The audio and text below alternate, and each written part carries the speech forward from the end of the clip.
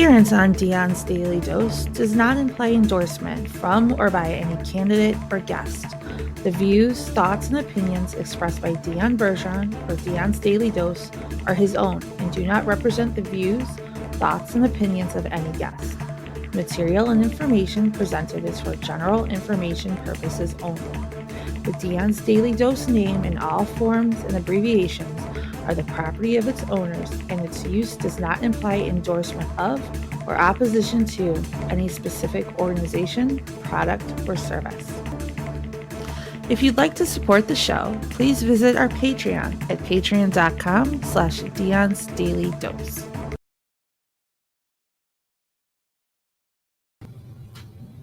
All right. Whoops. Welcome, ladies and gentlemen, to Dion's Daily Dose.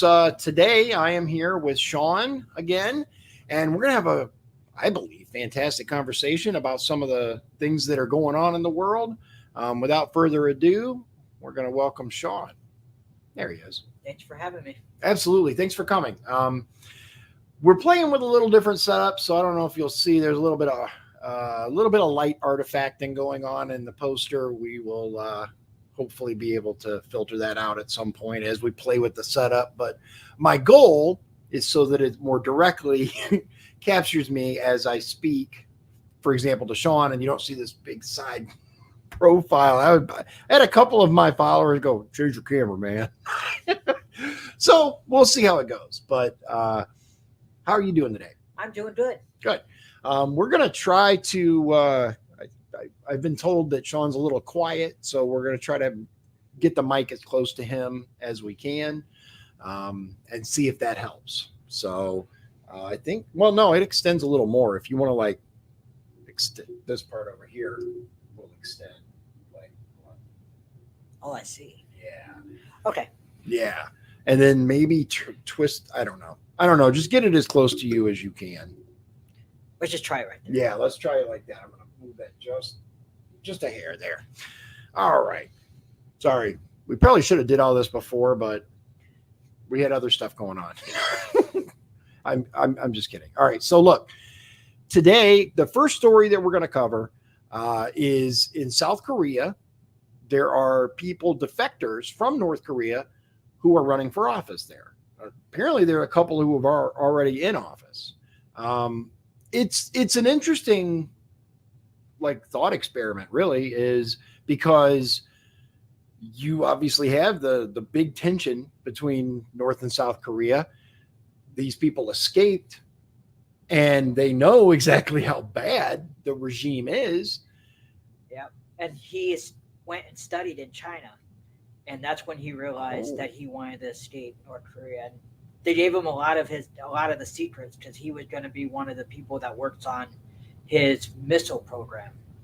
That is so interesting. These are top people. This guy is one of the top people that recruits that Kim Jong-un had, who is a millennial, which is an interest to me because I'm a millennial as well. So he's like my age.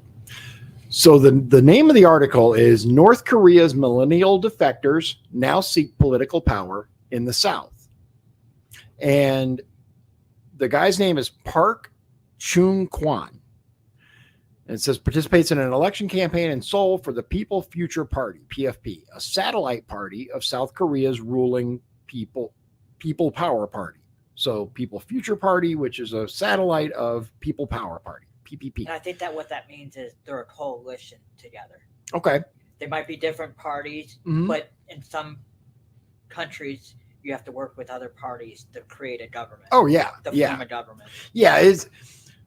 A lot of people forget that it's very different in other countries politically than it is here. In some cases, I think we have the best system.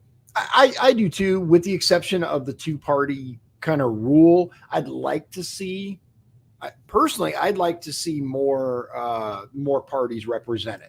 But then you kind of get into, well, which ones? And, the libertarians are kind of this and Green Party's kind of this. So, but I think that we have the basis for potentially the best system available. I agree with that. But let's see. It says he was selected second on the list of candidates for proportional representation, which makes him virtually elected. So basically, he's going to win, is what they're saying. And like you said, he was once a ballistic missile researcher in North Korea, one of the prized minds entrusted with developing Kim Jong-un's beloved weapons program.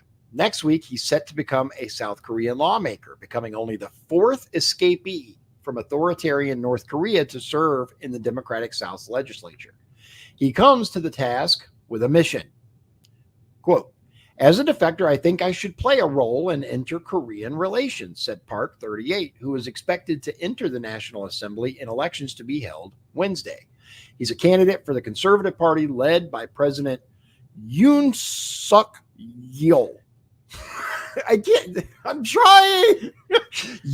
I'm going to try again. Difficult. Yoon, is it Suk or Suck? I think it's Suk, but okay. We'll try that. Yoon Suk Yeol, who takes a hard line on North Korea and is set to win through the proportional representation system, which guarantees a party a certain number of seats based on the share of votes cast for the party. And that's why I said I think our system has the best, because in a lot of ways in the House and the Senate, you vote for the person and not necessarily the party. Right. Well, in South Korea Ideally. and in Israel, Yeah. it's representation, proportionate representation, where the people don't actually directly vote.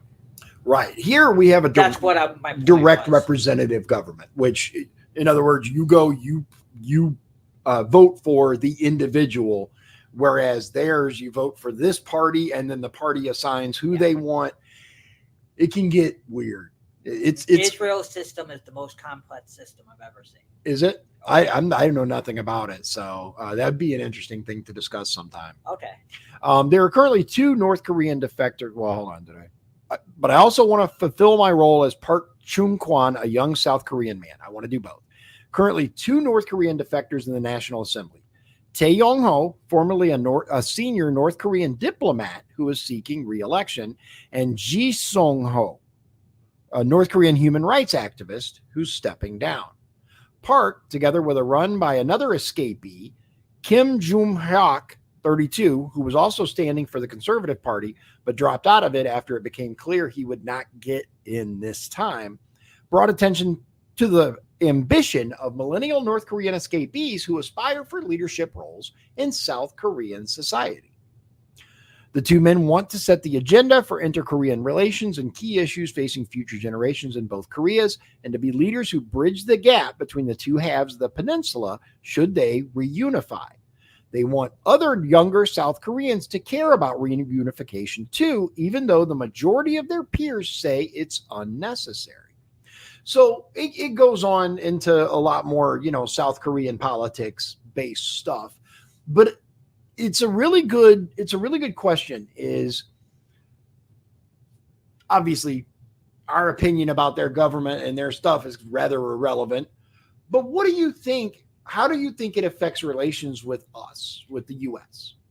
I was going to say, if Trump wins again, he needs to use this guy for to use renegotiation with Kim Jong-un. I think that's a good idea.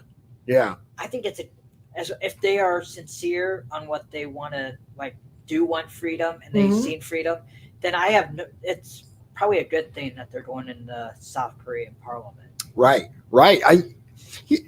We talked about it briefly before the show. I like the idea in theory, and I think a handful in their government is a good idea because, let's face it, that's their closest neighbor.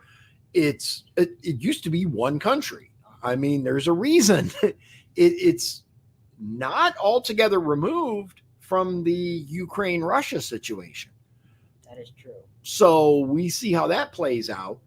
It'll be interesting to see if Trump can talk to Kim Jong-un again if he gets reelected. Yeah. Because it sounded like they were really close in getting a deal to reunify North and South Korea when Trump wasn't running or was running the country. Right. It put it this way, he did a much better job at reaching out and creating peace than, the current fumbling idiot.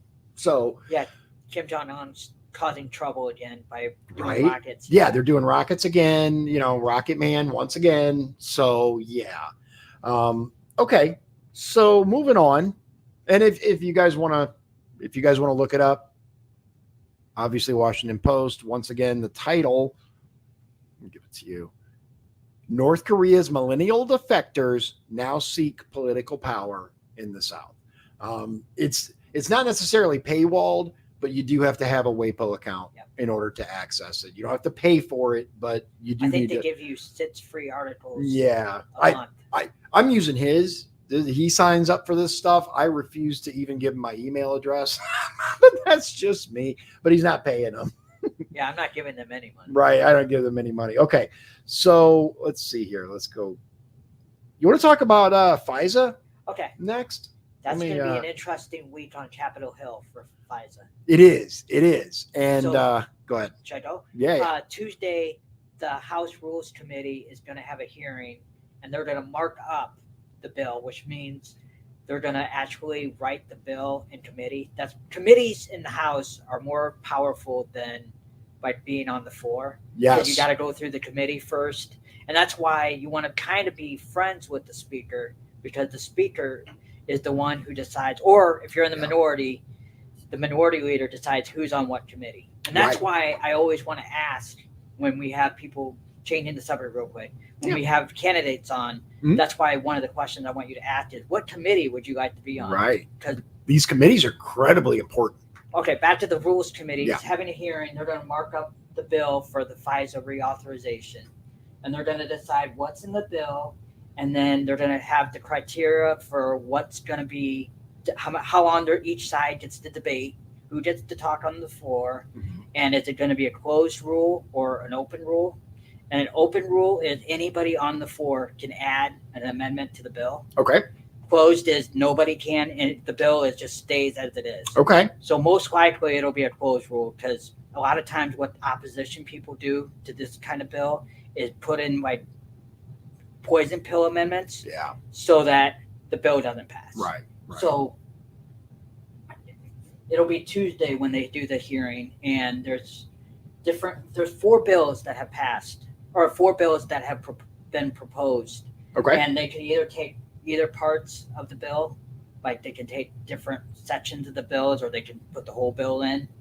So some of the stuff that they want to do, I wrote it down because it's a lot. Is the Government Surveillance Reform Act. Did you want to go? Am I talking too much? No, you're good. Okay. By all means, go ahead. It's going to require the government to obtain a warrant before performing backdoor searches of communications, content exemptions for extreme circumstances. This won't be in effect. Certain cybersecurity related queries. It would close the data broker loophole. And that is when the government goes to companies and says, we want to buy your data. Right. So they want to close that loophole. I would agree. That part I'm absolutely in favor of, because as we saw, the NSA has used that on multiple occasions to just buy your data. They don't need a warrant. They just buy the data because the companies are selling it. And then they use that to triangulate position, to read your emails, to like all this data. People don't understand. Everything you do online leaves a trace. Or like when you're part of the, I'm not going to say what companies and stuff, but when you like go into their, what's it called? When you're like a member and you use your card. Oh, like the loyalty programs? That's the word I was looking for. They could also sell that data. Mm-hmm. Yeah. Like what's the not Walmart? Walmart doesn't really have a loyalty program. Meijer does. Meijer, that's what So Meijer, everything you buy, and if you swipe your Meijer card or put in your little password, it tracks everything you buy. That's why you get coupons based on what you buy. They send you the coupons they think you'll use. All this data, all the stuff you buy at the grocery store, someone is buying that information. They then use it to target ads and stuff like that. But the potential use of that is really, really terrifying. If you really think about it and you expand on it, these people know what you're buying, when you're there, how much you spent, what payment method you used. Yeah. And credit It's a card lot. companies do that too. Yeah, exactly. Yeah, and that's why there's a big push by those with an authoritarian bent to do away with cash. That's why they want the digital banking system. That's why they want cards, right? And the Federal Reserve is working on ways to implement the new digital coin. Yeah, Digital absolutely. dollars. Yeah. What is DBDC or dollar-based digital currency, right? Yeah, I'm not a fan. I am not a fan. There are stores. This is actually a number of years ago when I went to Chicago, the Bean, right? In the plaza there. You know what I'm talking about? I don't. The Bean is this sculpture. It's like this round, weird bean looking metal sculpture. Here, I'll bring it up real quick. You'll recognize it. You've gone to Chicago. I have. Yeah, you'll recognize it immediately. Here, we don't even need to put it. Here.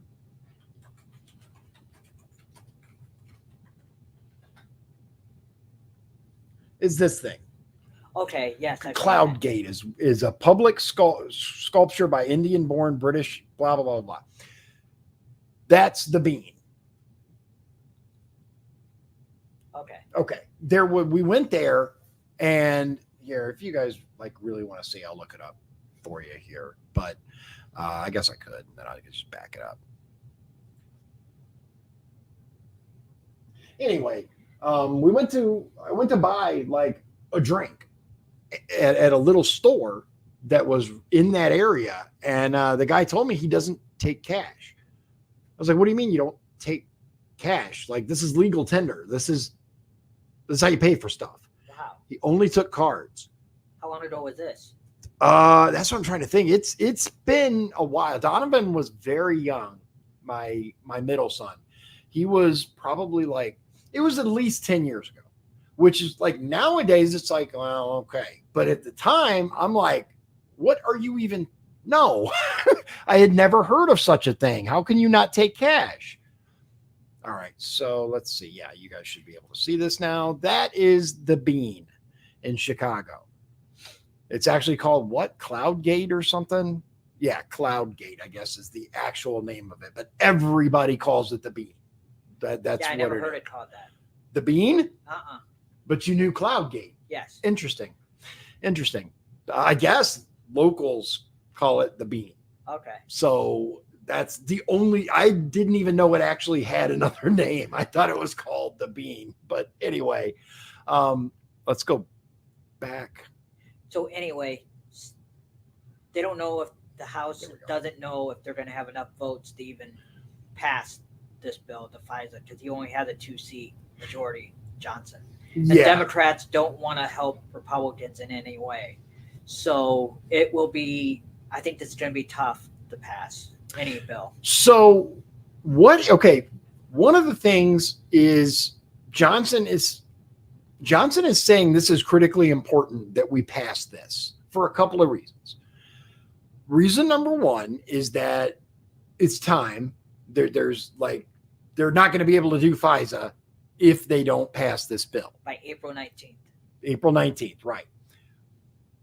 Me personally, I detest FISA.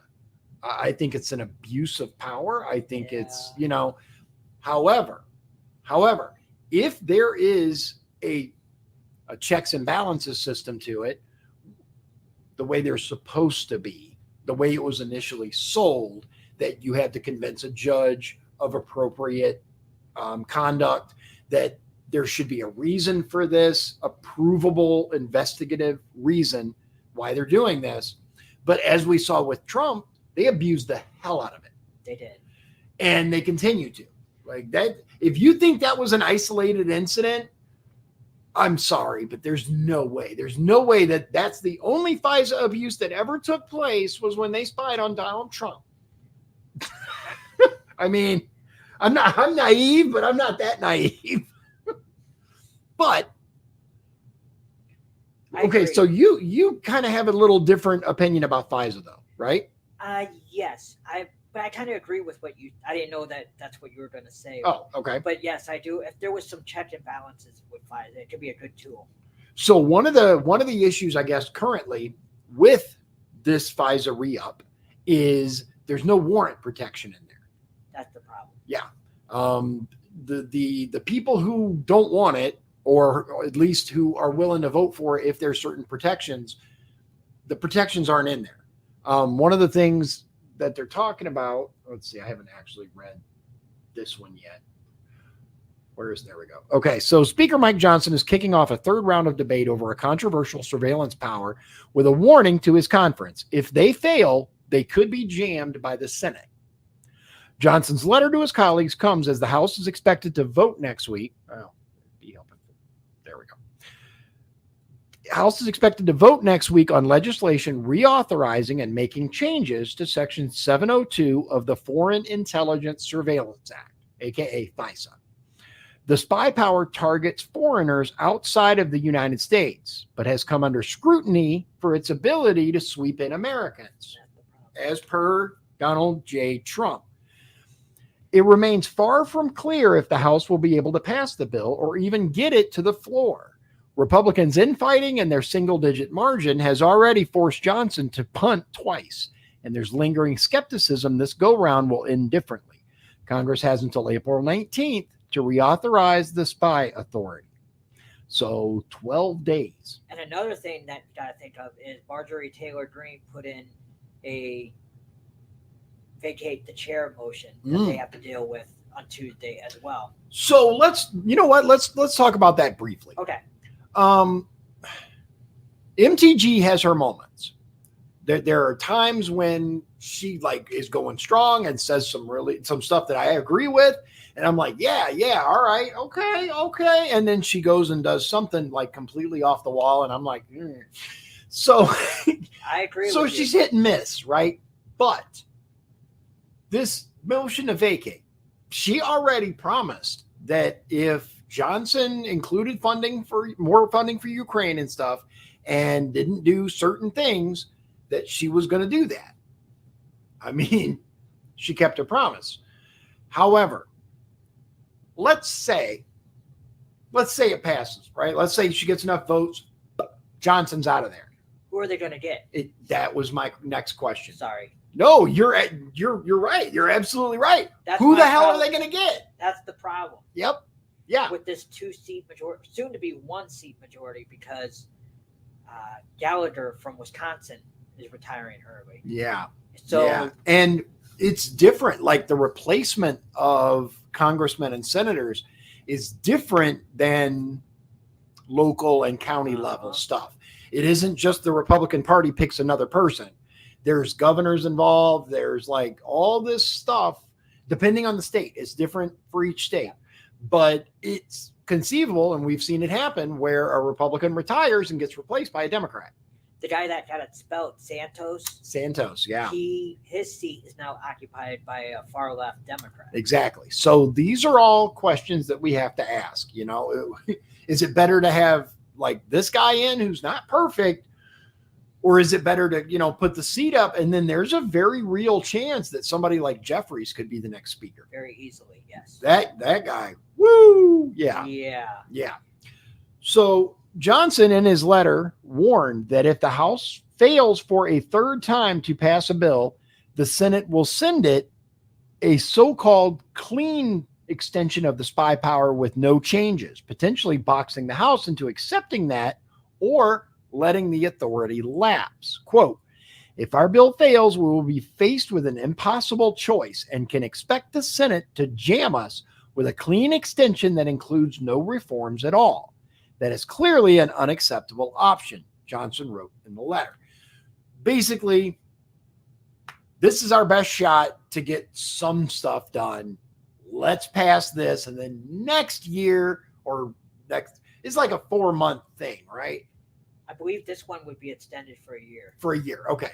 Because currently the way that they're just punting it for a few months. And another problem I have with the FISA courts is it's so secret. Bingo. And their proceedings, nobody knows what goes on during their right. And do you know who appoints the people that are on the FISA court? No. Is Supreme Court Justice John Roberts is the one who appoints. I'm not a fan of him. No. So I figured Yeah, I'm not a fan of him. I question his loyalty to this country. I legitimately do, based on some of his rulings, based on just some odd behavior. There are some things that, like, and maybe we'll do a conspiracy theory topic on him sometime, because there have been things that he's done where I'm like, somebody owns him. There's no other He also explanation. cares. He listens to the media a lot, so he really cares about what the media says. So I think that's part of the reason too. Yeah. And he always is concerned about his legacy. Right. And I think that's why he punted on the most famous one was Obamacare. Yep, exactly. Here's the thing is, regardless of how you feel about Obamacare itself, the way it was done was unconstitutional. Period. End of story. Any and every constitutional scholar that looked at it said it's unconstitutional. You cannot force people to have insurance. That's just, yeah. The fact that he ruled the way he did on it, basically, it's constitutional. He ruled it basically because they're elected people, and that they were fairly elected by the people of the United States, that the Supreme Court should keep their hands off. Is basically what he said. And unfortunately, that goes against the job of the Supreme Court. They're supposed to be like a equal branch. Yes, that they have the power to go, this is unconstitutional. There's supposed to be a check on the other branch. Exactly. Because honestly, without the Supreme Court ruling that something is unconstitutional, that's really our only check system for our laws that are passed that are repugnant to the Constitution. What was it? Marbury v. Madison. I think it was Marbury v. Madison. Yeah. Any law repugnant to the Constitution is automatically void. It's a paraphrase. That's not the exact wording. But basically, if the law is unconstitutional, it's invalid. And that's the one branch that the Democrats can't get a hold of. So that's why they want us. That's one reason they want to pack it. Pack it is the word. Yeah. They want to pack that court so that they control it all. And, as it stands right now, it's way close. Like, we are on the precipice, ladies and gentlemen. And I don't say this to be an alarmist. I say it as a realist. Unfortunately, our options of taking this country back are quickly closing. But Friday's bill includes a notable change from the February bill. It appears to remove a section on reports to Congress related to commercially available data, just like you said. The language is added into the bill by leadership, restricting data brokers from selling consumer information to law enforcement could get a vote. Part of 702, despite being unrelated to the authority. Move in February infuriated Intelligence Committee Republicans and led to them threatening to tank the bill. Johnson instead punted for a second time. Johnson doesn't address the change in his Friday letter, though he noted he'll hold a series of meetings with his members next week about the bill. A coalition of Judiciary Committee Republicans and Freedom Caucus members have made getting a vote on the data broker amendment one of their red lines. They didn't immediately weigh in Friday after the legislation was rolled out. Several aides involved in the debate indicated they were in a wait-and-see mode, while others warned that the amendment's absence could imperil Johnson's ability to bring a bill to the floor for a third time. In a potential fig leaf, House Republican leadership announced on Friday night that they could take up the proposal separately as a standalone bill next week. That won't be the only fight as Johnson tries to bring a bill to the floor next week. And you talked about really the rest of the things that are in the bill and the changes that they want to make. Ultimately, we'll have to see what happens. I mean, we can kind of discuss it all we want, but it's up to the people we've elected to make the decisions on it. We'll see. I would like to see a lot of reform. If allowed, I would want major sweeping changes to it, but they're not going to do that. No, so with a 2-seat majority, it's going to be difficult. Yeah, it's going to be difficult. It's going to be difficult to get past what he's proposed. So I hate to say it, but I predict that the House will not pass any bill, and then the Senate, they'll punt it to the Senate. Yep. And then they'll just extend FISA for 8 more months. Yep, with no changes whatsoever. No changes. Yep. That's what probably does happen. I would agree with you. I think I believe that's likely what we're looking at. I'm planning on watching the committee hearing so I could do a report Thursday. We could talk about it. Nice. Okay. That sounds good. Let's see here. You know what? I kind of want to show that David Cameron video. Okay. This is really interesting. It's a good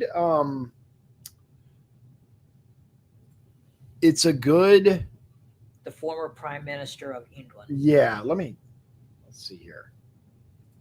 Hopefully I can get it to work on here.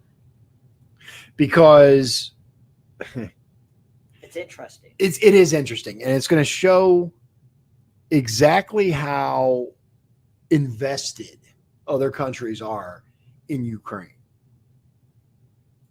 All right, let's see. There we go. All right.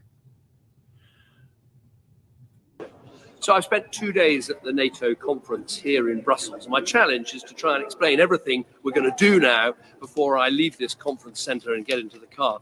When people come to NATO conferences like this, they make a lot of speeches, they read them out, and they're good speeches, they're important points. But I think people often wonder, well, what's going to happen next? So let me tell you what I think we need to do. We had an incredibly clear exposition from the Ukrainian foreign minister about what his country needs to make sure it can prevail against Russia after their illegal invasion. He couldn't have been more clear. So let me tell you the things I'm going to do. Basically he's talking about Zelensky or his representative coming and explaining exactly what they need to, quote, beat Russia, right? That's what this is about, what we need. And they were clear. We need money. That's what they want. Ultimately, they want more money. Money. First thing, all of us, every foreign minister needs to go back to their country, get hold of their defense minister and ask, what more can we do to help Ukraine in terms of air defense? They suffered in March alone over 700 missile and drone attacks. We've got to do more. Britain already does a massive amount, trained 60,000 Ukrainian soldiers, given them £7 billion, the first to provide equipment like long-range weapons and tanks and anti-aircraft weapons, but we've got to do more. Next thing we've all got to do is get to our treasuries, get to our chancellors, get to our finance ministers and say, what are we going to do to make sure we use these frozen Russian assets to help Ukraine to pay for this war and pay for the reconstruction of their country? There are creative things that we can do. One day, Russia's going to have to pay reparations for its illegal invasion of. Okay, so that's a key point, right? They say we froze Russian assets. Now we're moving from frozen to seized. We're taking them, right? He's already talking about it. Russia is, quote, going to be forced to pay for reparations of their illegal war on Ukraine. First of all, illegal war, that's a term that they're throwing around on this. War is war. Right? Yeah. Like once war is declared, all laws are kind of irrelevant unless you're talking about like Geneva, the Geneva Convention that most countries have signed up for. I'm not even sure if Russia signed that. I think there was a big to do. Don't know. I'm not sure. Anyway, here's for my domestic viewers here in America, you might be going, okay, this is great. It's Britain, wonderful. Pay attention because it's coming up. This is not isolated to them. They want us to kick in. Watch. Ukraine. And when it does that, that can pay back the money that now needs to be given to Ukraine to help them in what they're doing. Key point there, right? They're admitting Ukraine's not going to pay this money back. They're going to take it from Russia because this whole time we've been told, oh, Ukraine will pay it back. These are all loans, right? The multi-billion dollars that the United States has money laundered into Ukraine. They're going to pay that back. They're going to pay that back. I think this is interesting because now they're admitting alternative funding. So Ukraine's not paying back crap. No. Next thing we got to do Here it is all of us, but particularly those who aren't spending 2% of their GDP on defense, have got to. Now, that's an interesting figure I noticed because as I recall, Wasn't that a big thing about Trump and NATO? Yeah. And he was roasted for that. Now all of a sudden this guy's like, oh, you guys need to spend more on defense too. Yeah. Interesting, right? To fix a meeting with their prime minister or with their president and say, we have got to make good that spending. Britain has done that, indeed, between 2020 and 2025, an extra 24 billion going into defense. But we need to do more, and I'm sure that we will. Final thing we got to do, Here it is. get on the phone to Speaker Johnson in the House of Representatives in Congress in America. Britain's put forward its money for Ukraine this year, so's the European Union. America needs to do it. That is blocked in Congress. Speaker Johnson can make it happen in Congress. I'm going to go and see him next week and say, we need that money. Ukraine needs that money.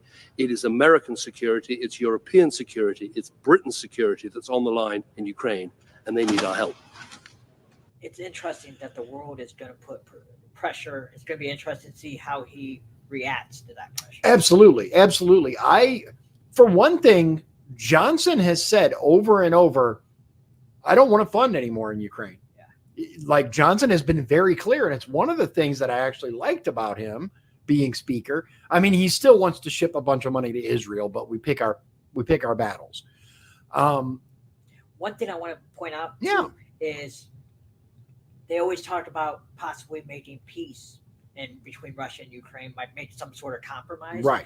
Do they really think Putin's going to do a compromise if they're going to make him pay reparations? That's a great point. So that's an excellent point.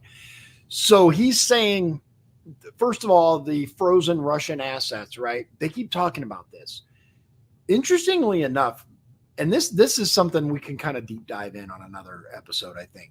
But did you guys know, first of all, this so-called frozen Russian assets are in dollars?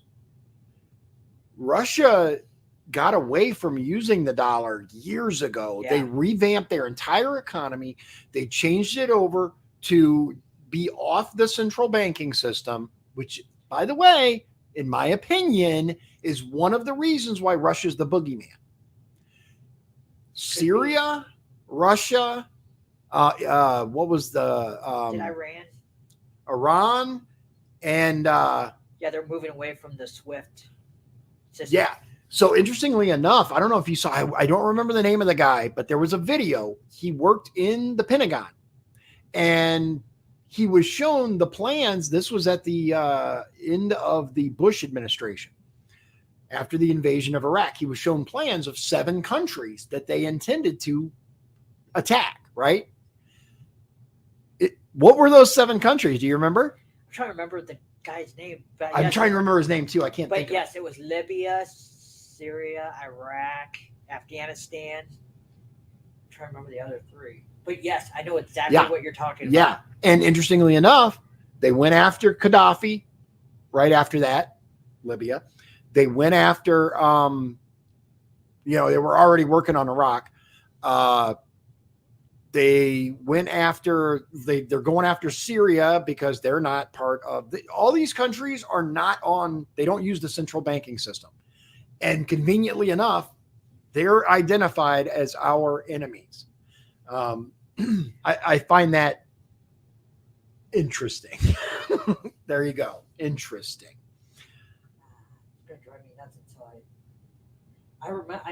I completely forgot about that, but yes, you're right. I don't remember who it was. I'm going to have to do it a different way. Okay. Let me show you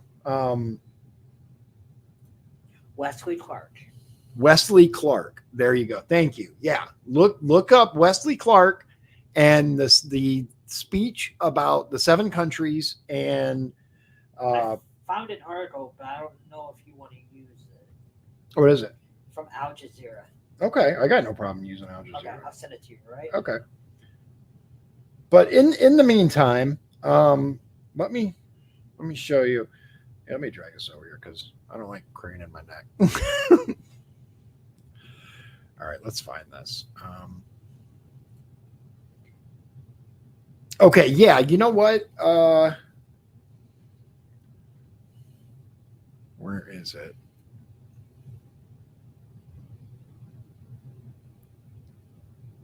Oh, this was actually just a couple of days ago. Did you hear that Mexico broke diplomatic ties with Ecuador after the raid on a Mexican embassy? Okay. Yeah, look that up if you want. I'm looking for something and I'm not finding it.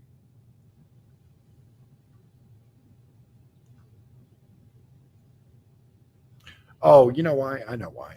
Okay, here. So X is at war with Brazil.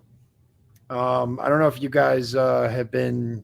I don't know if you are on X. How many of you pay attention to the things Elon Musk at least tweets? I found that even if you don't really get into X, it's not a bad idea to kind of pay attention to the things that he tweets out, because there we go. Okay. So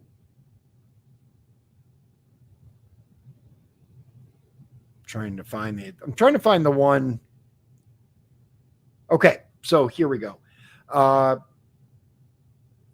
You know what? Let's just move this here, put it there, and then share. Okay. I had to do this a little different way because of the new setup and the way that it's working, but I'm going to get it for you guys. All right. So there it is. And just in case, we'll do that. All right. Things that are going on in the world. So it says here, X Corp has been forced by court decisions to block certain popular accounts in Brazil. We have informed those accounts that we have taken this action. We do not know the reasons these blocking orders have been issued. We do not know which posts are alleged to violate the law. We are prohibited from saying which court or judge issued the order or on what grounds. We are prohibited from saying which accounts are impacted. We are threatened with daily fines if we fail to comply. We believe that such orders are not in accordance with the Marco Civil da Internet or the Brazilian federal constitution, and we challenge the orders legally where possible. The people of Brazil, regardless of their political beliefs, are entitled to freedom of speech, due process, and transparency from their own authorities. And then it repeats in, they speak Portuguese, I think, in Brazil. Yep. Look at me. Hey. All right. And Elon Musk tweeted out, why are you doing this at Alexander? He's the Supreme Court judge, basically, that ruled on this and said that's what X needs to do. Michael Schellenberger released Twitter files of Brazil. Did you see that? I heard of him. I didn't see that particular. Okay. So Twitter files reveal that De Moraes and the superior electoral court he controls engaged in a clear attempt to undermine democracy in Brazil. They illegally demanded that Twitter reveal personal details about Twitter users who used hashtags he did not like. Demanded access to Twitter's internal data in violation of Twitter policy. Sought to censor unilaterally Twitter's posts by sitting members of Brazil's Congress. Sought to weaponize Twitter's content moderation policies against supporters of then President, how do you say his first name? Jair Bolsonaro. Yeah, that's who we're talking about. I'm not sure how to say his first name, if it's Jair or Jair. The files show the origins of the Brazilian judiciary's demand for sweeping censorship powers, the court's use of censorship for anti-democratic election interference, and the birth of the censorship industrial complex in Brazil. It is a massive deal. Much like here in the United States, Twitter there was being used to subvert public opinion and free speech. It is coming out now. Brazil has filed various orders of compliance, and you have to do this and you have to do that. And Twitter, X now says, no, we're not gonna. As a matter of fact, that was from a couple of days ago. Currently, Elon is saying, yeah, we're not going to comply. So looking for that. Okay, yeah, here it is. So, yeah, less than an hour after, this is Schellenberger reporting, Brazil is on the brink, and he was given a timeline where X announced that a Brazilian court had forced it to block certain people. Less than an hour later, Elon said X would defy the court order and lift all restrictions. As a result, we will probably lose all revenue in Brazil and have to shut down our office there, but principles matter more than profit.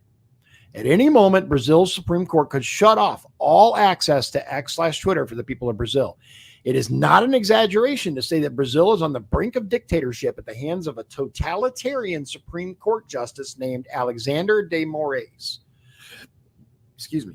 President Lula da Silva is participating in the push toward totalitarianism. Since taking office, Lula has massively increased government funding of the mainstream news media, most of which are encouraging increased censorship. What Lula and de Moraes are doing is an outrageous violation of Brazil's constitution and the United Nations Declaration of Human Rights. At this moment, Brazil is not yet a dictatorship. It still has elections, and the Brazilian people have other means at their disposal to confront authoritarianism. But the federal Supreme Court and the Superior Electoral Court are directly interfere in those elections through censorship, interfering. 3 days ago, I published the Twitter files for Brazil. They show that Moraes has violated the Brazilian constitution. Moraes illegally demanded that Twitter reveal private information about Twitter users who used hashtags he considered inappropriate. He demanded access to Twitter's internal data, censored, etc., etc. There's a lot here. It's gonna be very interesting to see how X does against the Brazilian government. I'm going to be paying close attention to him personally because X is not perfect. There are certain things you still can't talk about. There are certain things that will get you banned. But it is a far sight better than Facebook, Instagram. What was the other one they came out with? Threads. Yeah. They're all of these places are like they fully embrace censorship. X, at least, as long as you don't talk about certain people, you're fine. So they actually allow you to, quote, question the science, to have a conversation about how effective this particular thing is or this particular thing is not. These are critical to free speech, in my opinion, to the ability to have a public square. The mainstream media I was curious to see how they react to this, and it's been crickets pretty much. Yeah. The only thing is Rutgers was the only site that I found anything about it. Rutgers. What is it? Rutgers. R-E, I can't, U-T, you want to talk about? Oh, Rutgers? Routers. Oh, okay. Interesting. Routers picked it up. That is interesting. Okay. All right.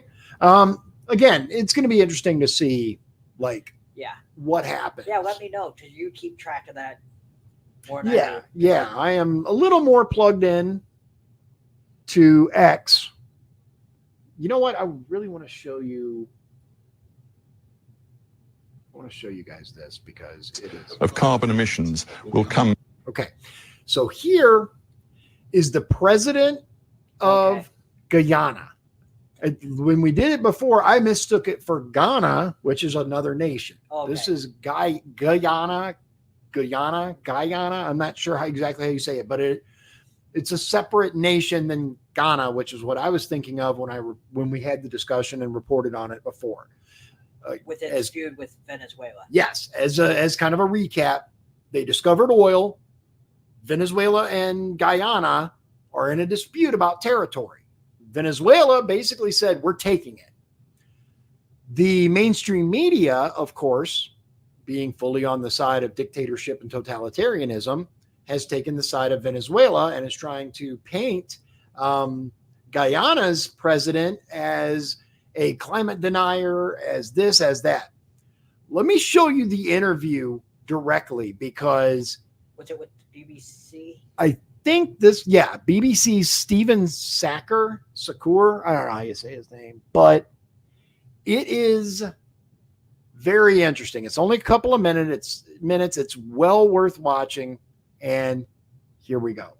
Let's take a big picture look at what's going on here. Over the next decade, 2 decades, it is expected that there will be $150 billion worth of oil and gas extracted off your coast. It's an extraordinary figure, but think of it in practical terms. That means, according to many experts, more than 2 billion tons of carbon emissions will come from your seabed, from those reserves, and be released into the atmosphere. I don't know if you as a head of state went to the COP in Dubai. Let me stop you right there. Do you know that Guyana has a forest forever that is the size of England and Scotland combined? A forest that stores 19.5 gigatons of carbon, a forest that we have kept alive, a forest that we have kept alive. Does that give you the right? Does that give you the right to release all of this carbon? Does that give you the right to lecture us on climate change? I'm going to lecture you on climate change because we have kept this forest alive that stores 19.5 gigatons of carbon that you enjoy, that the world enjoy, that you don't pay us for, that you don't value, that you don't see a value in, that the people of Guyana has kept alive. Guess what? We have the lowest deforestation rate in the world. And guess what? Even with our greatest exploration of the oil and gas resource we have now, we will still be net zero. Guyana will still be net zero. With all our exploration, couple of points. Still be net zero. Powerful words, Mr. President. I'm not completed as yet. I am not finished as yet. I am just not finished as yet. I love this guy. Because this is the hypocrisy that exists in the world. The world in the last 50 years has lost 65% of all its biodiversity. We have kept our biodiversity. Are you valuing it? Are you ready to pay for it? When is the developed world going to pay for it? Or are you in the pockets? Are you in the pockets of those who have damaged the environment? Are you in the pockets? Are you and your system in the pockets of those who destroyed the environment through the Industrial Revolution and now lecturing us? Are you in their pockets? Are you paid by them? Are you paid to all right, give Mr. them President. Bruh. Yeah. Right? Yeah. So, based. I mean, I don't like using like little catchy terms like that, but I'm not sure what else you would call this guy. He knew it was coming. He did. He was ready for it. Let me stop you right there. Yeah. I love it, man. And he makes some phenomenal points. This whole time, you know, these people crying about climate change and, you know, the end of the world and carbon tax credits and this and that. And he's like, have you guys been paying us for maintaining the biodiversity that you guys keep whining about? The forests, you know, we have the lowest deforestation. Have you been paying us? Have you been hooking us up? No, get out of here. And we'll still be net zero. So I love it. I love it. He was prepared. He was. And I love to see good leaders show up to these interviews, right? Prepared and ready to counter the BS talking points that are tried to shove down their throat. A lot of our so-called leaders would have just sat there and fumbled around and, well, you know, no, this guy was like, no, get up. Right? I mean, it was very like, boy, I don't know who you think you're talking to. I love it. Let's see here. Okay, so okay. Oh, yeah. You know what? Oh man, we got a lot of stuff. Okay, we still got time. Let's.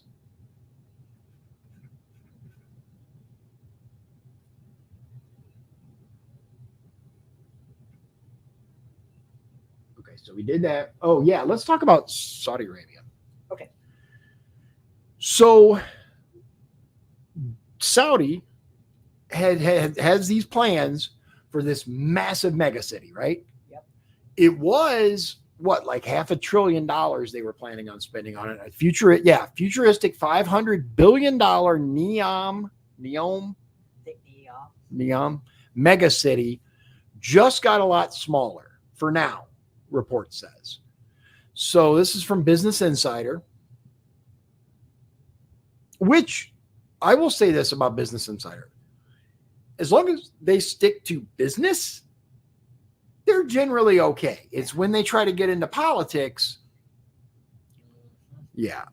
Okay. So Saudi Arabia has cut estimates for people living in its $500 billion NEOM project. Its government hoped the futuristic The Line city would hold 1.5 million by 2030. Now, fewer than 300,000 are expected to live there by then, officials said. Why? There we go. Its government had previously said it wanted 1.5 million residents to The Line, likely to be fewer than 300,000. Why?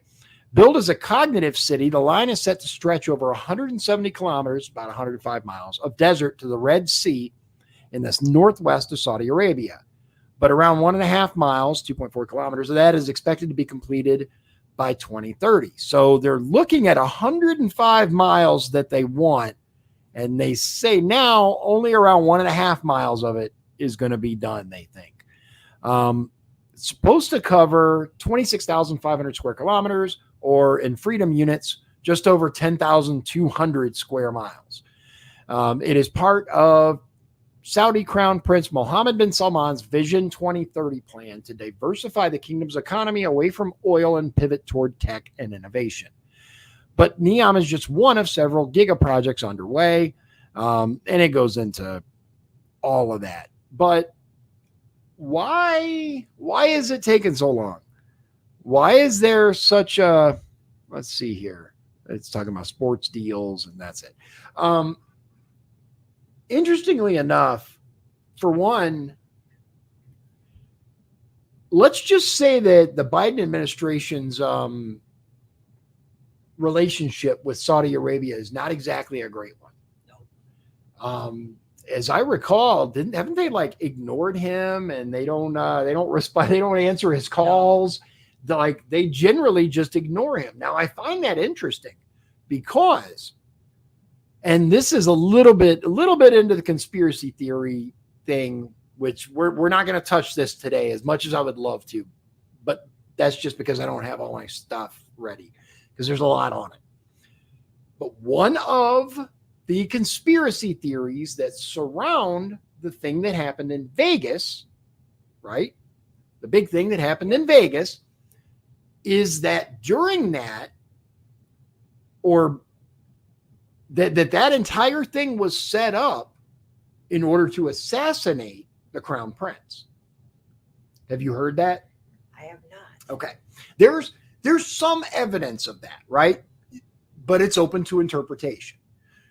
The point of this, and the reason why I bring it up, is because now I will say this, after that incident in Vegas, many arrests were made in Saudi Arabia. You remember that? Yes. Some very high profile arrests, including like the king's brother or uncle. Like there were some very important Saudis that were rounded up and arrested. Now, the point here is that allegedly the conspiracy theory goes that Donald Trump saved the crown prince's life by averting this assassination attempt. Okay. There's a lot of infighting in the royal family. Right. Exactly. So he is now firmly in the camp of DJT. So that could explain the icy reception towards Biden. It could also, there's other theories, but we won't get into those yet. All of this will unfold as we do the shows. We got a lot. We were talking today about this one, or this one. Yeah. There's a lot to get into, and I think that's interesting. I did not know about that. Yeah. There is, as I said, there's definitely evidence, right? But it's, again, you can look at it from so many different angles, and you can look at this and go, well, this doesn't mean what you think it means. It means something else.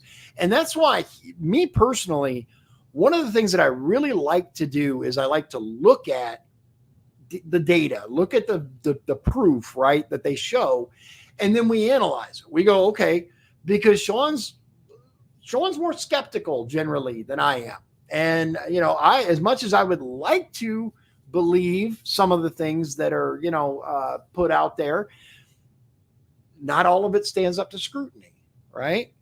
So, yeah, this is, I find it lends credence to the theory given Saudi Arabia's icy, frostiness towards the Biden administration. But all right, let me see here. All right, you know what? Let's talk about this. So we actually have the State Department coming out and saying that they did not send their best to Afghanistan. It made you wonder if it was incompetence or they knew that. I think it was intentional. I absolutely, beyond a shadow of a doubt at this point. At the time, I'm like, this guy's a moron, right? When you kind of dig in to like the chain of command and who's supposed to give orders and who's supposed to like decide this stuff, the people that wanted to save things were ignored, cut out of the loop. It's very, very suspicious. But here we go. That's actually not bad. The State Department did not dispatch their best and brightest to help with the botched August 2021 evacuation, a former Foreign Service officer told congressional investigators. That's quite a mouthful for the first sentence.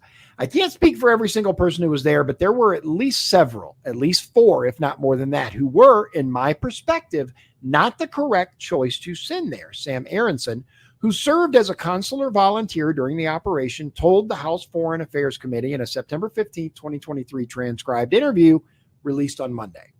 So this is back from September 15th of 2023. It was just released. They did not have the soft skills such as adaptability, resilience. The experience serving in a dangerous or high-threat overseas environment, added Aronson, who recounted that the volunteers to assist in the pullout were sought from major U.S. embassies and consulates around the world. As he put it, quote, large offices that wouldn't necessarily miss 3 or 4 people, as opposed to a smaller embassy where the entire consular section might only be 3 people. Aronson, who joined the Foreign Service in 2015 and had spent time in Niger and Nigeria in West Africa, claimed of some of his fellow volunteers that, quote, when it came to really high risk and high threat scenarios, such as the Abbey Gate bombing, from my perspective, quote, they were not emotionally equipped to handle the stress that came with that. On August 26, 2021, 13 American service members and hundreds of Afghans were killed when an ISIS-K suicide bomber detonated an explosive vest at Hamid Karzai International Airport's Abbey Gate, where the military members were processing would-be evacuees. Aronson told investigators that the selection process for volunteers seemed ad hoc and suggested that, quote, consular chiefs sent individuals out of their respective countries because they were a burden to those consular sections. So basically, they picked the people they wanted to get rid of rather than the people best equipped to deal with it. Interesting. Yes. In my perspective, they did not send their best, he added. In fact, they may have sent their worst. Aronson also said the State Department should have dispatched diplomats to Afghanistan sooner, lamenting his late arrival in Kabul on August 20th, 2021, 5 days after the capital city had fallen to the Taliban. Quote, I think having me or having any extra competent officials on the ground even 1 minute sooner would have provided at least 1 minute or more of the successful ability to evacuate people, he said. The theme of ill-equipped employees extended even to the Kabul embassy, where Aronson said Chief of Mission Ross Wilson played second fiddle to his predecessor, John Bass, after the State Department sent the ex-ambassador in to clean up the deteriorating situation. Instead of taking charge himself, Wilson acted as the public face of this evacuation, while behind the scenes, behind the curtain, was John Bass actually leading the evacuation, said Aronson. Quote, He seemed overwhelmed, the witness said of Wilson. His physical health did not seem great. His emotional health also did not seem great. And I did not get the vibe that he was a strong leader, or at least at the time I was there, I do not believe he was exhibiting strong leadership. State Department leadership sent in the correct officials to get the job done, but they were not able to necessarily remove the incorrect officials who were already in place, Aronson added. The optics, in my perspective, would have looked embarrassing and would not have looked great if, when John Bass arrived, Ambassador Wilson was sent home. So the whole thing is, you can look it up. Again, it's quite a long, it's New York Post. It's quite a long article. State Department did not send their best to Afghanistan for botched evacuation, ex-official says in scathing testimony. That is the headline of the article. Feel free to look it up. I mean, he's not wrong. No, he's not wrong. And to find out that these embassies, these places, when they asked, hey, send us people that are good at this, this, and this, right? All they did was shuffle office people around. They're like, yeah, you know what? We can get rid of Joe in accounting. He's pissing me off. Bob over in, Bob in Bolivia, let's get rid of him because Bob takes naps way too much when he's supposed to be working. This was what they did. And it's embarrassing. That is. I mean, what more can we say? It's unfortunate, but this is the kind of, unfortunately, this is the kind of oversight and the kind of administration that we're dealing with. Yeah. Are we missing? We're missing something. No? Do you want to do the Biden allegations next? Or? Yeah. You know what? Here's what we're going to do. Let me bring up, as a matter of fact, in the background, I already got it here. Okay. So let's close that. And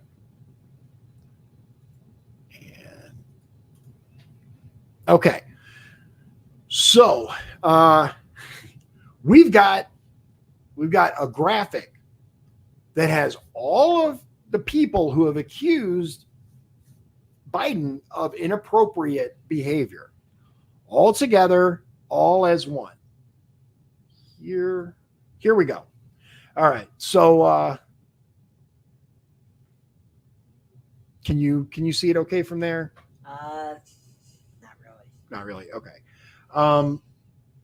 So the first thing, I posted this today on Facebook. Yeah. And the first thing I some of the names on there I have never heard before. Okay.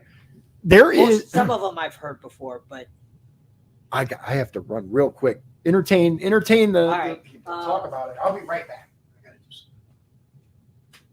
do Tara Reid. You're right. All right. Tara Reid is one that has accused Biden of actually raping her back in 1993. These are all allegations. She was interviewed by Megyn Kelly. If you want to find that, I'm pretty sure it's on YouTube somewhere.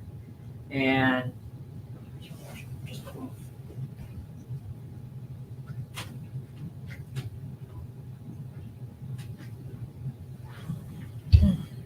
all right, I'm going to move over here.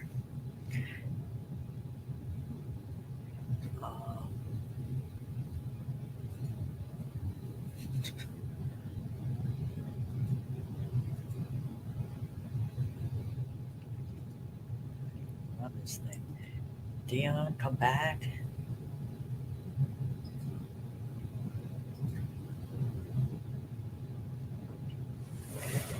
All right. There you go. All right. Come back over here. Okay. You're fine. All right. We're good. All right. Let's talk. I talked about Tara Reid a little bit. Okay. That one's probably the most famous. Megyn Kelly had an interview. Yeah, I would say most people are aware of that one. And then Ashley Biden too. Let's see. Yeah. Tara Reid, Ashley Biden, Maria Piacetti. That's one I never heard before. Okay. And then DJ Hill. Heard that one. Caitlin Caruso, Sophie Karasek.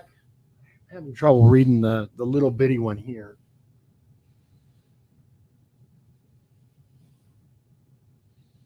Yeah. Vale? Is it Vale? I don't know. I can't. I think it's Vale. See it. Let's see. Yeah, Vale, Colbert, Yount or Young, I'm not sure. Ali Cole, Amy Lapos, Lucy Flores. And then you have the article links, right? I do, but did you click on you got to click on my Facebook. I did, but let's try this again. Click on the time or how many hours ago it was, and it should take you to my post. It's like 7 hours ago. Okay, click on the 7 hours. Let's try that. Okay, yeah, here it is. Okay, so so this is the alleged screenshots from Maria Piacetti, okay, on X. It says that she spoke out about how Joe Biden, she's the little girl in that infamous video of him, like, I mean, you can see it here. This is the little girl in the red dress that he allegedly pinched her. And that's the niece of Senator Steve Daines. There we the go. Montana senator. Yes. So there are screenshots that back up this And situation. She wrote something on her Snapchat, I think it was, people asked her, did he really pinch you? And she's saying on her account that, yeah, he really did. Yeah. She said, yes, he did. And then she deleted it. And they said, why did you delete it? She said, basically because there are friends that I'm afraid would look at me differently if I admit it. And then there is Ashley Biden, obviously, Tara Reid, DJ Hill, Caitlin Caruso and DJ Hill, Sophie Karasek, Vale Conert, Younton Ali Cole, I don't know, Lucy Flores and Amy Lapos. Dude, there's a lot. There is a lot. Like, there comes a point when you have to wonder, like,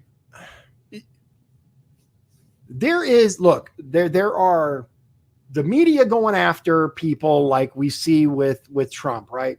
And these ridiculous lawsuits and these claims of racist, right? And then there are just an overwhelming amount of people that once again, we live in America, innocent until proven guilty. Yep. It's very, very important. And I stand by that and I believe that. That said, what happened to believe all women? Good point. Legitimately, these are like the left is supposed to be the believe all women. They're always right. They never lie about being assaulted. They never blame people who didn't do it. They're always telling the truth. So you should always believe women unless it's a Democrat. And we don't know if Biden did anything, but exactly, he definitely is a creep because he said some creepy things before too. And the sniffing, dude. You can say what you want about Donald Trump. The man doesn't sniff people. No, Biden's weird, very weird. That's just, man. Good, bruh. Just, man. You see it on camera. You can't make it like we're not making it up. Like, oh remember my the State God. of the Union? It looked like he was about ready to sniff another lawmaker's hair. Yeah, yeah, and it's like, what is going on, man? What are you doing, Joe? Right? Let me see if I can find something. In the meantime, so. Hopefully we only have 9 more months of Joe. Right. Okay, so let's see if I can find it. In office. Okay. So there is let's talk about this conspiracy theory. Okay. So allegedly, right? Having a blue roof on your home or business or whatever, if directed energy weapons, which I'm like 99% sure directed energy weapons exist as far as like satellite based, right? We know they exist because they're on Navy destroyers. They have lasers. They have directed energy weapons at this point. Were you aware of that? Yeah. Okay. I figured you're up on that kind of stuff. So there's lasers on our ships. Yeah. Not all of them yet, but enough of them. They're like speeding it up. The big holdout was power. They take a lot of power. Lasers generate power. If you ever played Mech Warrior, they generate heat and they generate power. Heat, not really that much of a concern. Power, on the other hand, or they need power, I should say, consume power. They don't generate it. They consume power, lots of it, kilowatts, megawatts, and up, right? Satellite-based, heat's irrelevant because you're in space. Power, though, got to be able to power those lasers. So here's the big thing, though. They say, they being whomever you want, friends of mine, they say that directed energy weapons were used in forest fires in California, Maui, around the world. They've been used. And that the reason that you see these single standing structures with blue roofs or blue homes, right?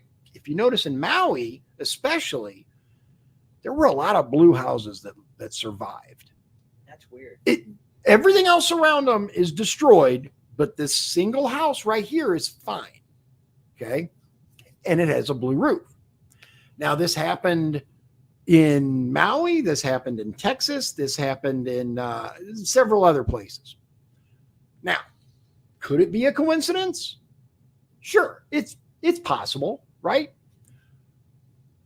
But, and there's this takes it a little further, right? China and North Korea are creating all of their structures now with blue roofs. Yeah, I got some video for you. Okay. I'll show you. Let me drag this because I don't like where it is, even though I have to look at it. There we go. Okay, so let me. So apparently, this was from April 2nd. Chile allegedly looks just like Hawaii. There was it burnt to the ground. Some locals. Oh, hold on.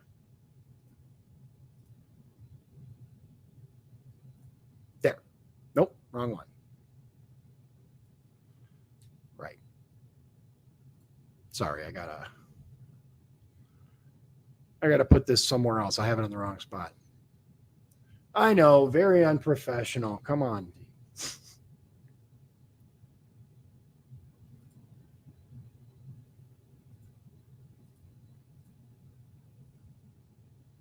There we go. Okay. Get you the audio. Got it. Okay. So, according to this, Chile burnt to the ground looks like a DEW, right? Some locals even mentioned how the buildings with blue roofs are mysteriously still standing and unaffected. Unfortunately, it seems like the elites are making way for new 15-minute smart cities. So that's the theory, right? That's the conspiracy theory, that these blue roofs are all that's left because the intention is to burn these places and create 15-minute smart cities. I've heard that conspiracy. You've heard that. Okay, so here is the quick 1-minute video from Chile.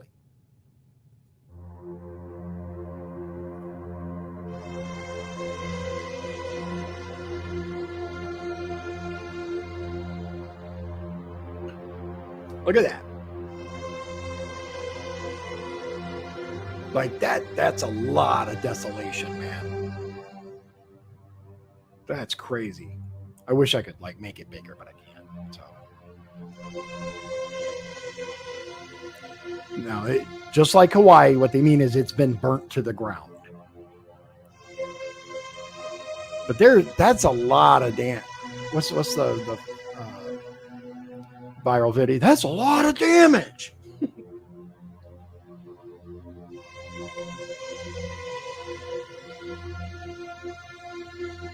I don't know. What do you think? It's an interesting theory. It is. Now, there's a little more. Let me show you. The next one here, Chinese turning the roofs on their houses blue. Look at that. We don't need audio on that. It's probably copyrighted anyway. Look, they're sticking these blue sheets on all their roofs, and the regular roofs now are blue. So they're retrofitting, right? And again, chili. Let's see here. There's a particular one I'm looking for. I'm gonna dig for it just for a minute and see if I can find it, because it is, again, very, very interesting, and it goes more into this whole blue roof topic. Oh, you know what? First, though, this is it's kind of outside of what I listed, but everybody should kind of be aware of this. I'm not going to play much of it. But End Wokeness on X posted this. Death to America chants erupt in the streets of Dearborn, Michigan. Meanwhile, the FBI is busy hunting down Christian grandmas in MAGA hats. It was a speech. We've been asked in the past, why are our protests on the International Day of Quds, why are they so anti-America? Why don't we just focus more on Israel and not talk so much about America? Gaza has shown the entire world why these protests are so anti-America. Because it's the United States government that provides the funds for all of the atrocities that we just heard about. And this is why Imam Khomeini, who declared the International Day of Quds, this is why he would say to pour all of your chants and all of your shouts upon the head of America. It goes on, and then, death to America erupts. And again, the FBI is more concerned with, did you buy a Bible? Did you finance the Trump campaign? These are things that, like, crazy that they're going after the wrong people. Yeah. This is another one I want to get to, but not now. Let's see here. Oh, did you hear about this? So let me show you. I don't think I have. So have you heard about the crazy mayor in Dalton, Illinois? Yep. Okay, so you know who I'm talking about. Bots has been covering it. Yeah. So Dalton Village Board, they're planning to hire. They're going to hire Lori Lightfoot. What? Yes, to investigate Mayor Tiffany Henyard. Really? Yes. No, I have not heard that. It's amazing. That can't be true. I wonder if it's true. I've seen it not just here, but other spots. So let's find out together. Okay? That's crazy. Lori Lightfoot Dalton. There it is. Yes, there it is. Wow. Yes. Look at that. She is unemployed. Yep, exactly. So, yeah. Crazy. Right? She did such a terrible job in mayor. I don't know. Oh my God, man. She is the first Chicago mayor to ever not be elected, like a sitting, you know what I'm saying, for re-election. You mean, and she's the first incumbent to ever be defeated? Yeah. Is that true? I don't know. Let's find out. That's true, because Emmanuel didn't run again. First. She deserves it. She was a terrible mayor. Incumbent to not. I had high hopes for her, actually. Yes. Lightfoot is the first incumbent elected Chicago mayor to lose re-election since 1983, when Jane Byrne, the city's first female mayor, lost her primary. Just going to say that I did have high hopes for her when she was elected. Who, Lightfoot? Yeah. Because a lot of people did. What she said was very different than what she ended up doing. And she was an outsider. Right. So I was thinking maybe she would do okay, but I quickly learned that she was a terrible mayor. Right. Let's see here. Let me see if I can find it.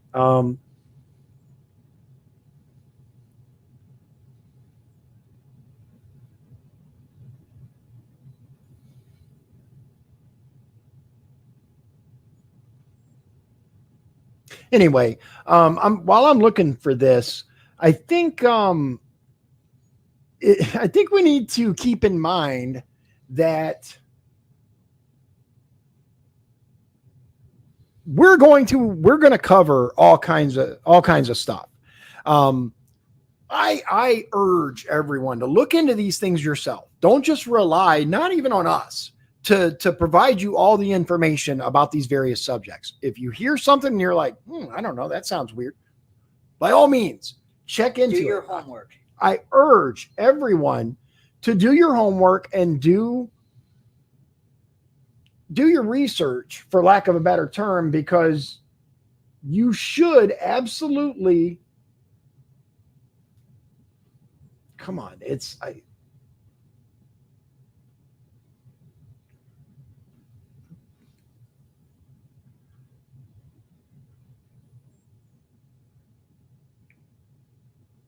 Man, it was a really good video. I hope I still have it, but it showed how all the Chinese roofs in China and North Korea are now blue. They're switching them all over, and it is very, very interesting.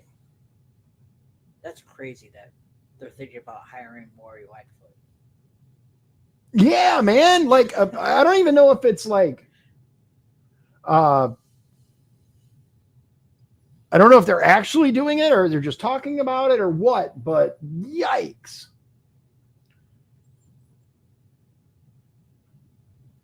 Okay, hold on. I might be getting close to it. Again, in the meantime, you guys,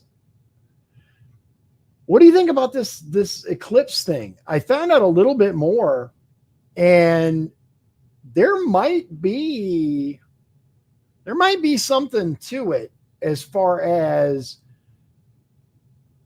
well, I put it this way. There are some very, very odd connections when it comes to the eclipse happening, where it's going to affect. Did you hear they changed the affected area? They did. Okay. So yeah, that's what I wanted to say for one thing. So allegedly they went back and redid the math, right?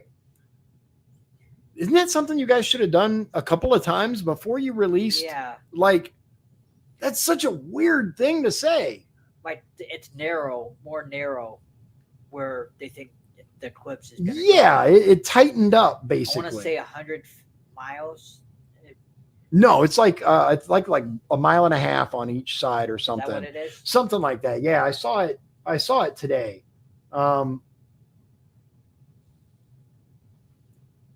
I really got to go through these. I've got so many bookmarks.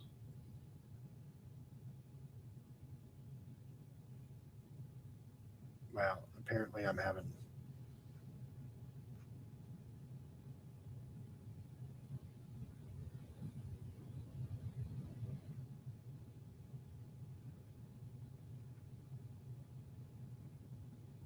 Yeah, I'm having a hard time locating. I just got way too many bookmarks. I'm gonna have to sift through. I thought I had it ready, but it wasn't in the proper folder, so it's like, all right. Is there another topic, or we?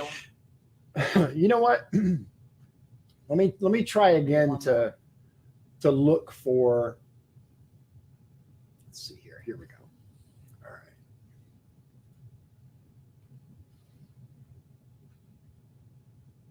There's that one you showed. Okay, yeah, there's no replies on that one. I was looking for.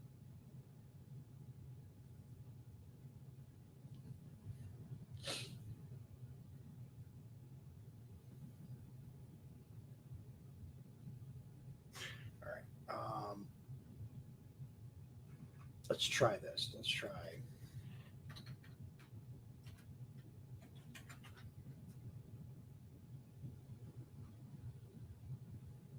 Okay, so here's another. Yeah. All right, so here's another video where the Chinese are covering their roofs. Look, this is the one.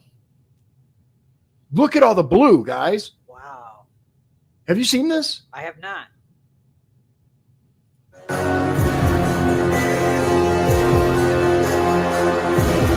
We don't need audio for that. Look at like, and more importantly, they're literally in the process of covering their roofs with blue. Look at this.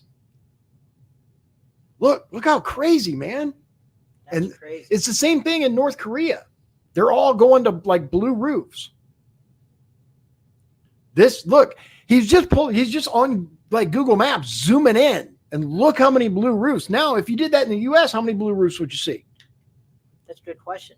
Not many. No. Like, not many. My son did shingles. Like he did roofing, and like there were no blue roofs. Yeah. So this is just one example out of the many, many examples there are. So, okay, now here we go. This one's interesting. All right, so let me get this up here and share it because I got to check the audio first. May we fire? Okay, it's just all right. Here we go. Boop.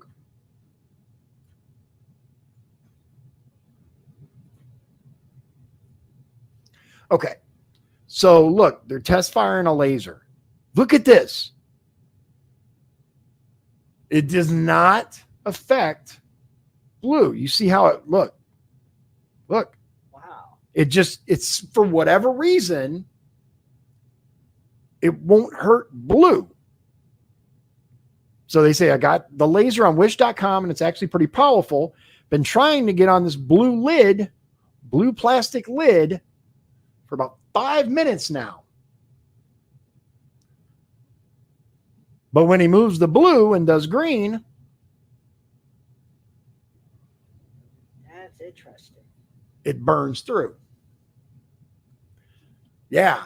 Yeah. Is this the first you've seen of like actual people showing? Yes. Yeah. Like we talked off the air about this. Yeah. Yeah. That was the first time I heard of that. Yeah. So yellow's fine. Smoking, right? Red. Burns, right? It could just be the type of plastic he was saying. So he found a different type of plastic. Anything blue, it doesn't work on. Which me, myself, right? I've seen enough of this that I'm legitimately considering buying a bucket of blue paint or several and painting my roof. It's just, it can't hurt. Put it that way. Yeah. We don't know if it's true or not, but Right, exactly. Blue roof businesses are popping up in China. Nothing to see here except low prices. You can get these drop shipped from China if you fancy weatherproofing your own or waterproofing your own roof anywhere in the world. It's pretty cheap. May not be a bad idea. I'm not saying. A lot of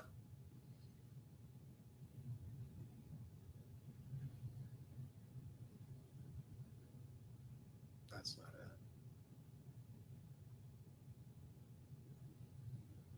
Yeah, and this person does ask a good question here. Look, it says, so what's the official explanation? Right? I doubt China piped up to the citizens all like, cover your roofs with blue because of sky lasers. So that's a good question. What are they saying about it? Why are they saying cover your roofs, right? Yeah. I don't know. Right. I don't either. I find it curious to say the least, right?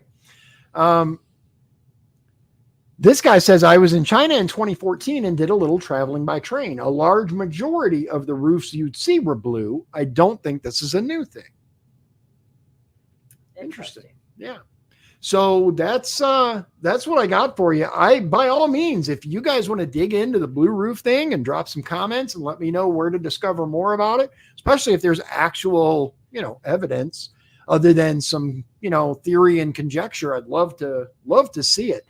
I love this kind of stuff, man. Just, reading about, learning about it. Why do you believe this? Why do you think this? And what evidence is there? I'm very evidence-based which is one of the reasons why I had an issue with masks and I had an issue with untested things being injected into my body, because believe the science isn't something you can do. Science always changes. That's how science is. And you're supposed to question science. Exactly. That's the point of science, is to question it. Right. All right, ladies and gentlemen. Well, unfortunately, we're out of time. But thank you so much for joining me. I greatly appreciate it. The next one we're going to do is Thursday, which let me check the date on that. That would be the 11th. Thursday, the 11th. Sean will be here at 7. Shows. Yep, 7. Yep. Yeah, I got tomorrow. Let's see here. Yeah, tomorrow, I believe, is Al Stevens, which he's the chairman of the LaPorte County Republican Party. On Tuesday, we have Joe Haney, who is the current LaPorte County commissioner. And in my opinion, the only good one we have. Like, legit. He is the only good commissioner we have. The other two, I could go on and on about, but I won't, because I'm involved in a lawsuit against them currently. So my lawyer's like, shut up. Don't say anything. Yeah, just don't say anything. And I try, even though I love that. I do. I love it. I tend to listen to legal counsel. There's no point in hiring a lawyer if you're not going to listen to them. So they do have their uses. And in this case, they're like, shh. And I was like, fine. But Joe Haney will be here Tuesday. I don't know. I got more. I'll put it on the site. Those will be good shows. Yeah, I think those are going to be really good shows. Especially, listen, tune in for Al, because we're going to talk about why people should be involved in their local party. And when, just real quick, when I ran for office, I wasn't really keen on getting to know the local party, because in my opinion, these are the very people causing the problem. That's not necessarily true. The people involved at your county level are just like you. They're people that want to make change. Some of them are going to suck. That's just how is it. Anytime you get a group of people together, a certain portion of them are going to suck. That's just the way it is. But there are far more good than bad. There really are. So Al's going to be here to talk about why and how you can be involved with your local party.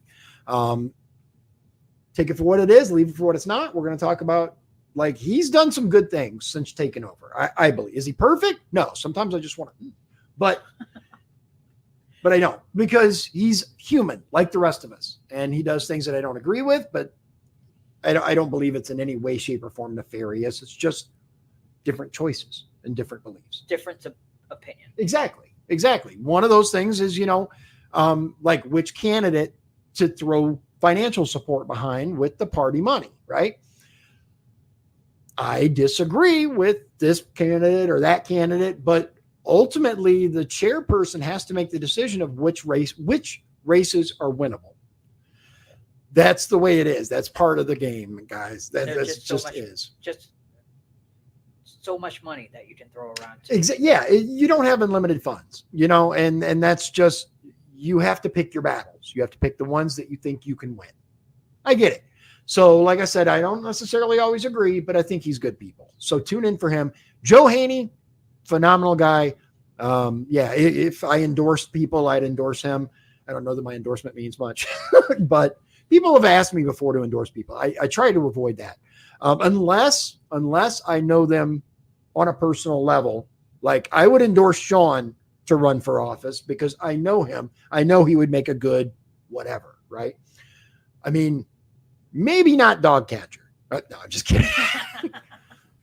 Dogs don't like you. No, I have no idea. I'm just talking out of my ass now. I got to wrap it up because I got to get my kid from work. So without further ado, thank you for joining me. As always, tune in again, and we will talk to you soon. God bless you. God bless Indiana, and God bless the United States of America. If you'd like to support the show, please visit our Patreon at patreon.com/Dion's Daily Dose. This has been Dion's Daily Dose, hosted by Dion Bergeron. Executive producers, Sean Holgram and Michael Beebe. Copyright 2024. Dion's Daily Dose, all rights reserved.